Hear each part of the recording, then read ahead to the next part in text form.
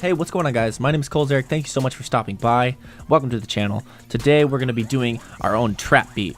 All the instruments you see on the screen and that are incorporated into this beat are instruments that you can find on your own Logic Pro X software. There are tons and tons and tons of layers on this trap beat already. I'm going to deconstruct all of it, but I'm going to show you guys the basics. So without further ado, let's just jump right into it.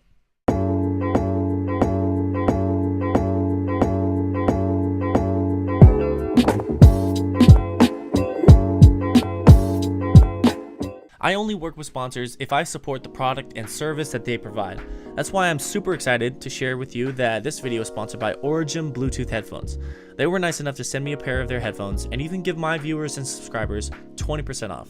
You can pick them up for around only 30 bucks, not even including the discount, which is incredible and considering how many features they have. Sweatproof, 10 hours of playtime with quick charge, getting you like 3 hours of battery life every 5 minutes of charging. High-end, great sounding audio quality with great bass, wireless calls with a noise reduction microphone, stable, reliable Bluetooth connection. Ugh, there's so many times where I bought myself a pair of Bluetooth headphones and just have the connection be so unstable that they become unusable. They're comfortable and they even include a ton of different sized ear tips and wings to help you find the perfect fit. And my personal favorite, a magnet to help them snap together around your neck when you're not using them. Reason I love this small feature so much is because a few months ago I bought myself a similar pair of Bluetooth headphones for like 100 bucks and they ended up falling off my neck within a week and I lost them. It's the little things that make a great pair of headphones, and Origin packs a ton of value into these for a super small price. So click the link at the top of the description to get yourself a pair with the discount code 20CZMusic, which works on their website and also on Amazon. They are also doing a giveaway, which you can easily enter by clicking the link in the description. Big thanks to Origin for sponsoring this video. They are supporting me and my channel, so do me a favor and show them your support too. Now, let's get to the video. So to begin, let's just listen to the beat and get a sense of what we're working with here.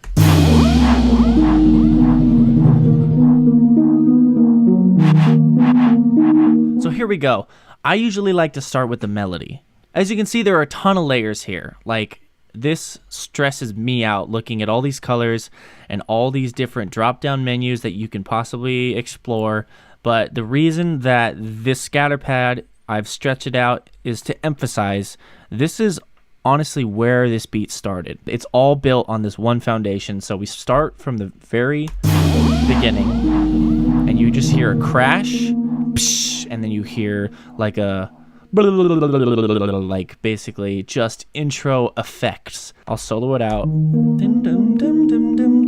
Basically that's the melody that we are going to carry out for the entire song. Now you're already thinking, well, that's kind of boring, right? There are different times in the song where we will be using the same melody, dum dum dum dum dum dum dum dum, that exact same chord progression, but with different instruments, with different levels of EQ and like brightness. Like right now it's really deep, dark, and like muffled, right? Well, that's great because that's kind of like the intro. You're building suspense, so when you get to like the chorus or the hype part of the track, you have room to make it exciting and brighter and louder, as you can hear the transition from the pre-hook into the hook itself, into the chorus. So let's listen. So let's listen to how this scatter pad changes as it goes from very quiet into our loud chorus. Do you see it opening up? Do you hear all the bright personality of this instrument now? So how do we create this effect? How does it start off so muffled and then we can turn it up as we start to enter into the chorus and then bring out the brightness? Well, the answer is in your single band EQ. If you go to your left here, you would select it from your EQ, go to single band. I love using this as a tool. It's super simple. You'll use the high cut. That means you're cutting all the bright, high frequency noises that you're hearing.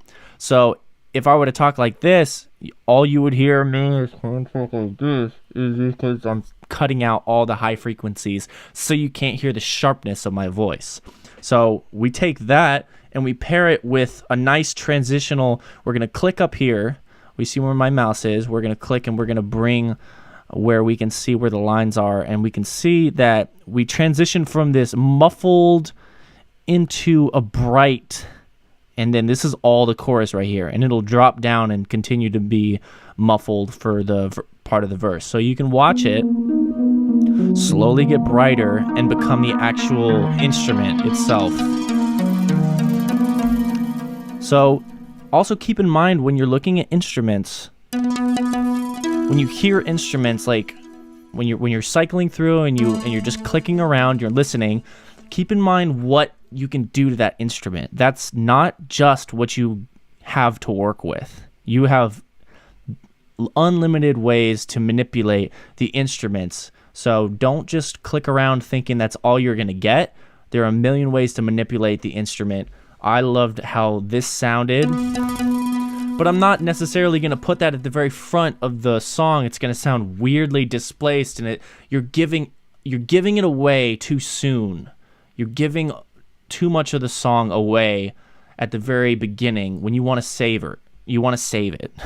That's how important this foundation is. That's why I'm spending so much time talking about this melody, because everything is going to support that. The drums, the effects, the transitions, the bass, and even when I'm talking about this transitioning into the chorus, you're going to have other instruments come in on this song that will support this sound transitioning and becoming brighter. You have this sync lead. It's going to come in and support the brightness.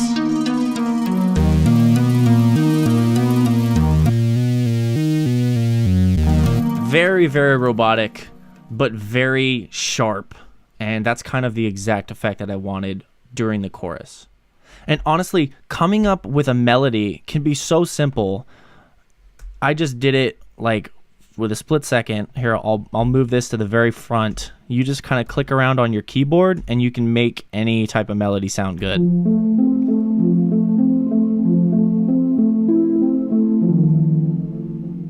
Like, you can just play that over and over and over again, and that could be your foundation to build upon. And just find different creative ways to keep it fresh and exciting. You can have the same melody, turn up the brightness on it, how loud it is, how much you can hear it, all the supporting instruments. It's very important on building your foundation for the melody you want to create during your trap. Keep in mind though, these are major chords, so they sound very happy, but these are all minor. These are all minor, and so it sounds aggressive and solemn, and that's the effect you kind of want to do when you're making a trap beat. So next, what's the most important thing after your melody, your foundation that you've built? What do you think the most important thing is? Is your drums, of course. Trap, dude. It's all about the drums. You can go online, you can download, just type in free trap drum kit. You can find something, and I guarantee you it's going to have a giant pack filled with drums, snares, kicks, hi-hats, chants, a bunch of things that are going to sound familiar to stuff that you hear on the radio. My favorite thing to do with trap, though, is to not use all the usual tools that you would expect trap to have. Like, if you listen to the snares that I use, they're very like boom bap snares. They don't sound like a trap like turn up.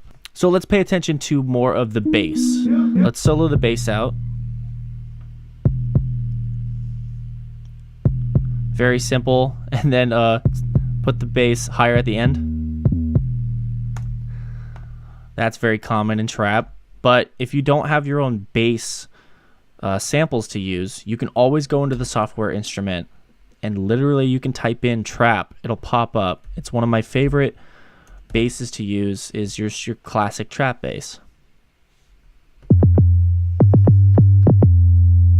I usually have no problem using this, either trap bass, or I love using sub bass.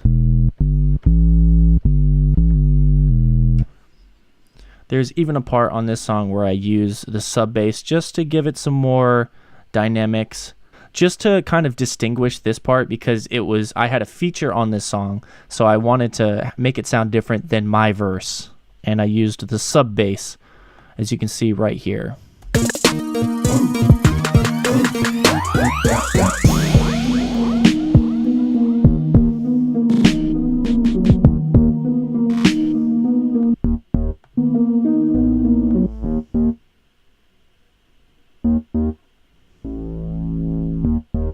Just to create the bam bam bam, kind of like a tension, like there's a lot of tension in that note, and that's what I really liked. And then the subby bass just sounds a lot fuller, and it takes up the space of like your entire ears, rather than the hard hitting 808 type bass that I used throughout the entire beat. All right, let's take a look at the actual drums. Take a listen.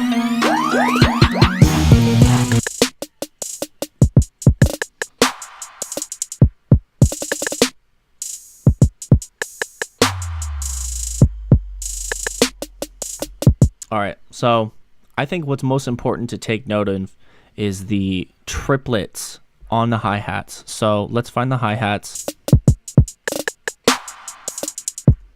Do you see the momentum created by the hi-hats to push this song and give it some more adrenaline in the sporadicness of the hi-hats? There'll be parts where there's just like bursts of hi-hats just to create more urgency within the song. So how do you quantize these to fit? We're going to go in and we're going to go in the triplets. And I usually like to mess around with the triplets and see how they feel. See, normally if you would quantize them in just like sixteenths, you're just going 1 2 1 2, like 1 2 3 4 5 6 7 da da da da da da da. Whereas when you're talking about triplets, you give it this bouncy effect that's very trendy in trap music.